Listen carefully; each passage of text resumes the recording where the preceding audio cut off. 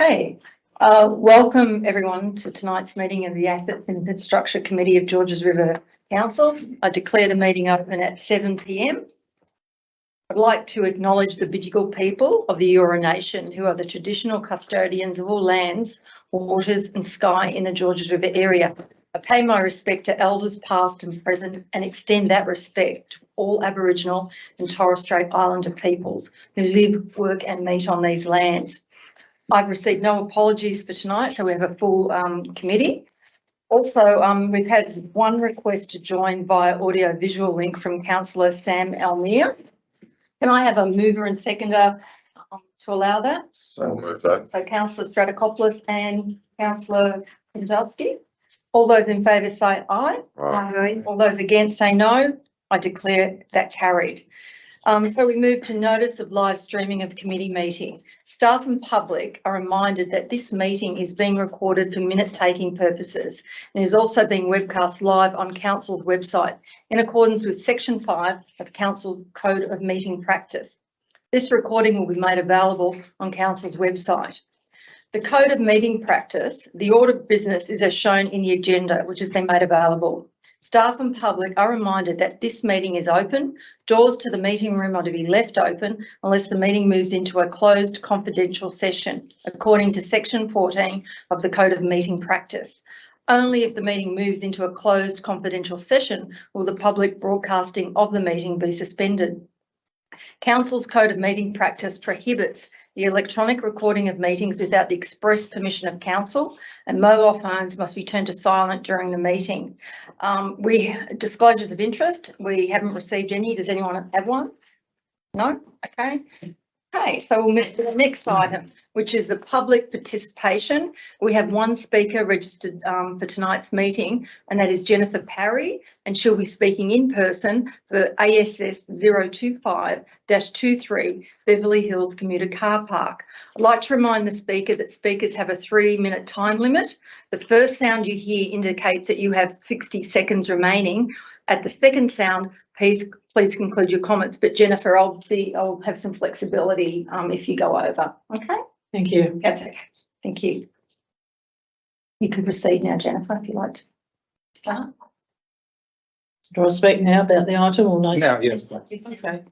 Well, we'll start by introducing myself fully. So I'm Jennifer Parry. I've been a member of the Georges River community since for the last 19-20 years. I've been blind since birth. I've always believed that being part of change is the best way to affect it. So I'm actually the chair of the Access and Inclusion Committee of Georges River Council. Started as a committee member several years ago in about 2016, 2017. And so looking at all sorts of issues, and of course tonight we're talking about the Beverly Hills Commuter Car Park. Both in council committee capacity and in other capacities in professional career, been across different types of challenges and procedural things regarding transport matters. Everything from tactile ground indicators, standard of curbs on crossings, train delays, timetabling, tactile and braille signage, and a whole raft of other things, or things about apps and technology as well. So on review of and much consideration of the report, I have a few points I'd like to make.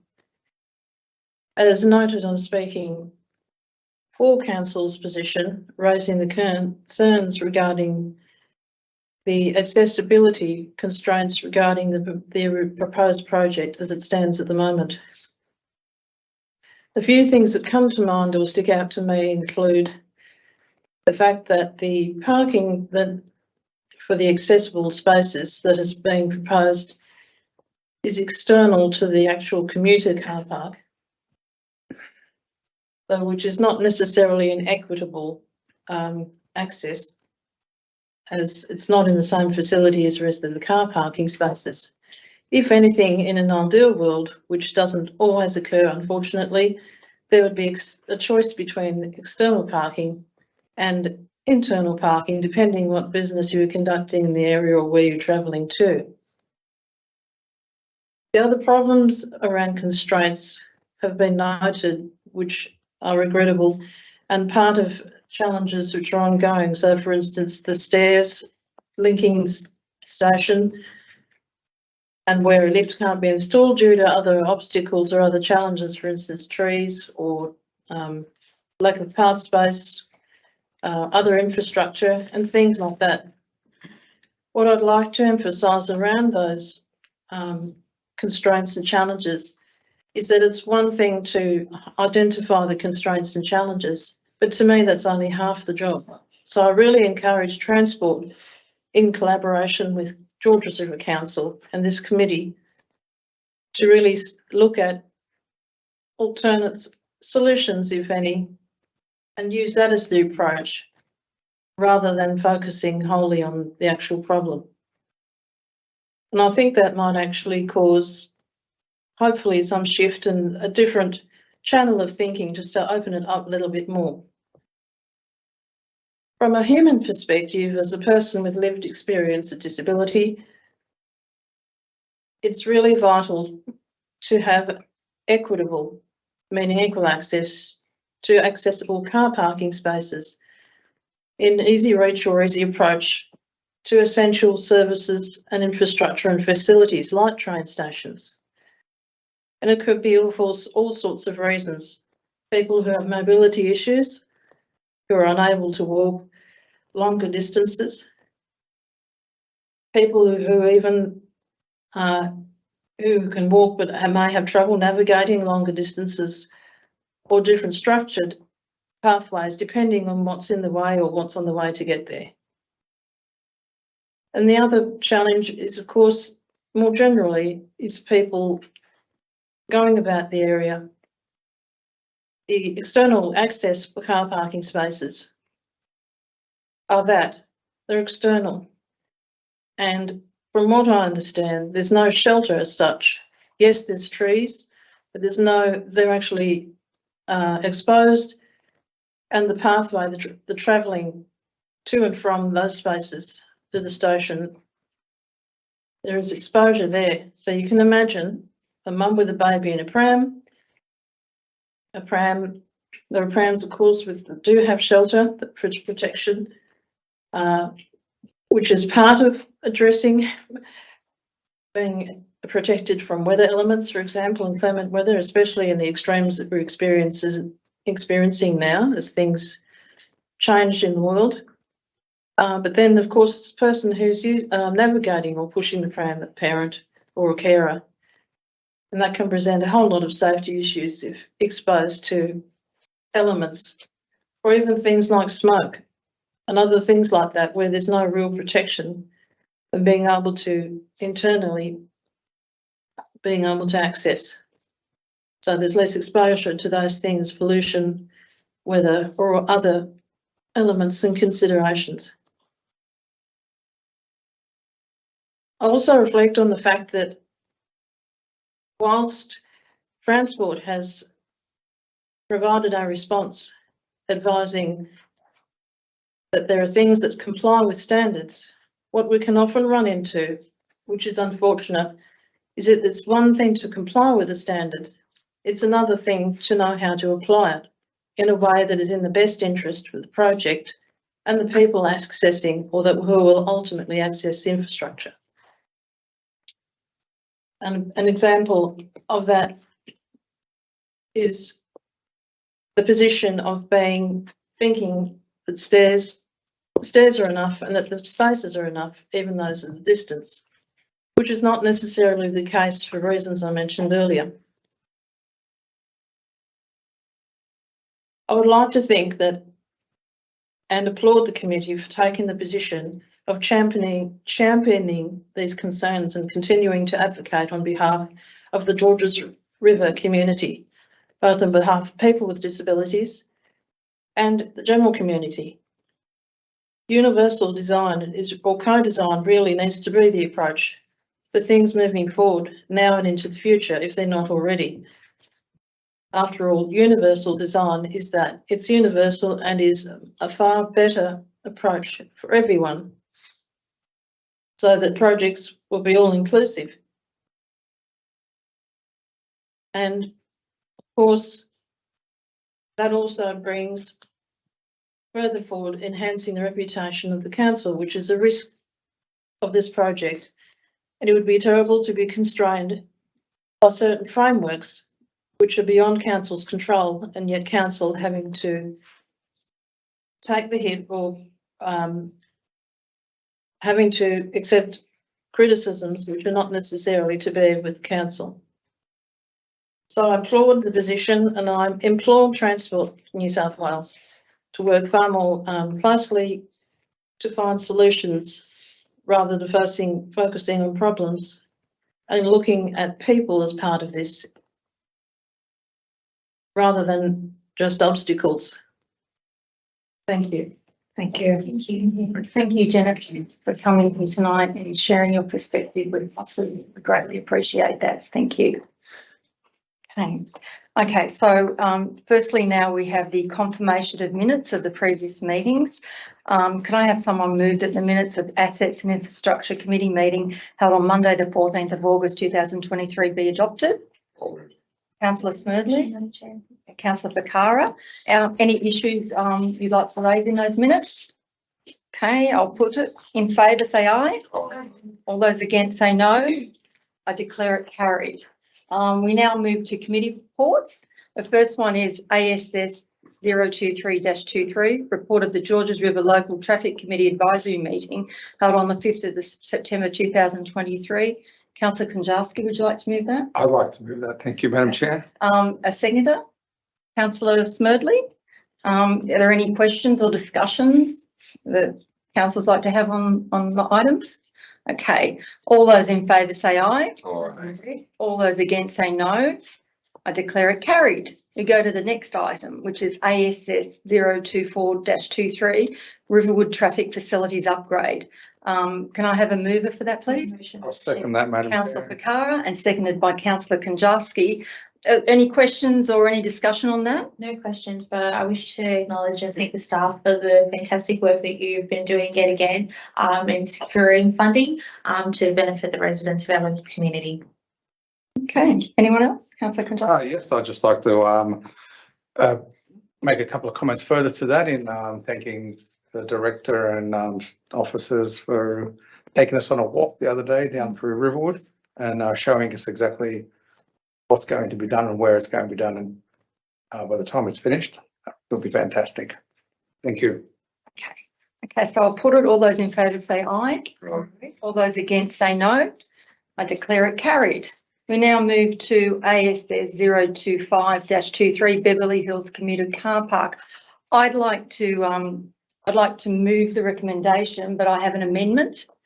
Is it up on the screen? I want to add a D. And I'll read that out, that the General Manager refer this matter to the Australian Human Rights Commission by writing to the Acting Disability Discrimination Commissioner at the Australian Human Rights Commission, Emeritus Professor Rosalind Croucher AM, and by lodging an Australian Human Rights Commission complaint via the AHRC website. Okay, would anyone like to second that? I'll second that, Madam Chair. Okay. All right.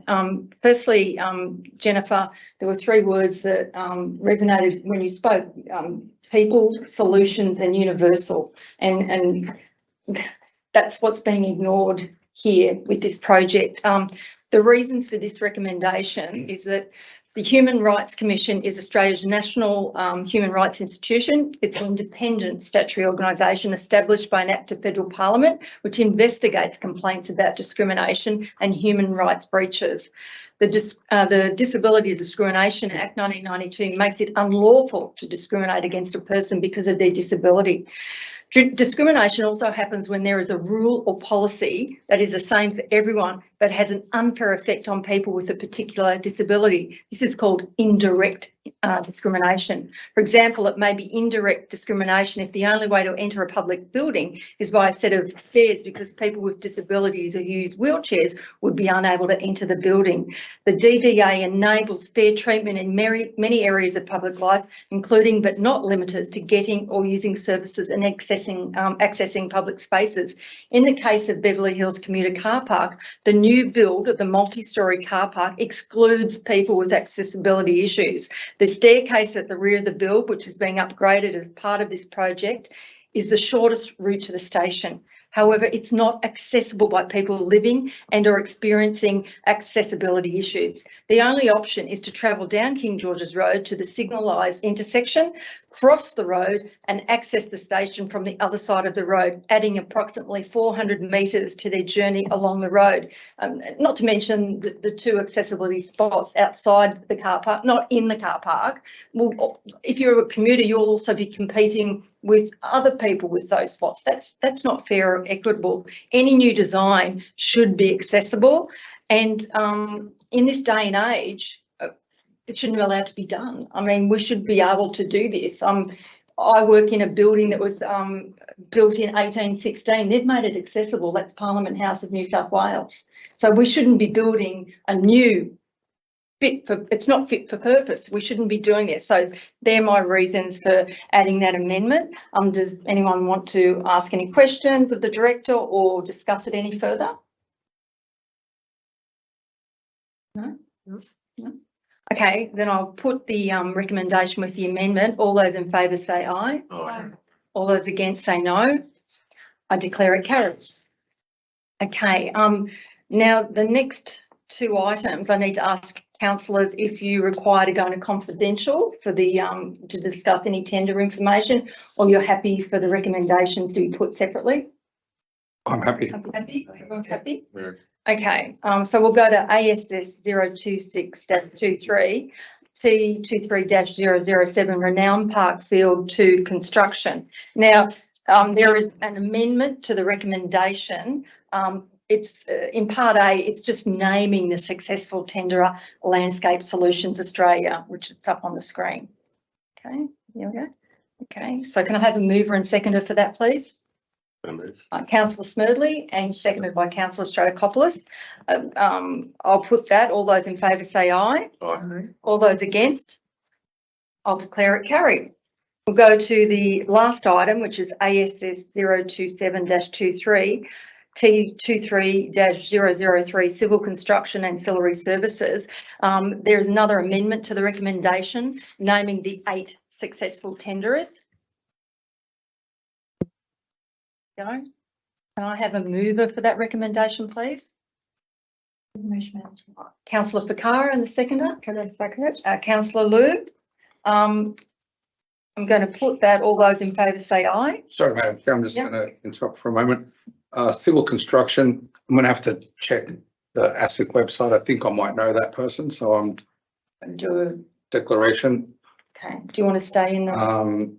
It's non-peculiar, non-significant, so I'll stay. Okay. Thank you. Thank But you. before I put that declaration, I'll check if it's the same company. If it isn't, then I withdraw that declaration. Thanks, Councillor Kondarski. Okay. So all those in favour say aye. All those against? I declare it carried. There being no other business on the agenda, I declare the meeting closed at 7:18 p.m. Thank you for everyone for coming, and thank you, Jennifer, again. Thank you. Thank you, Jennifer. Thank you, Jennifer. Thank you, Madam Chair. Thank you.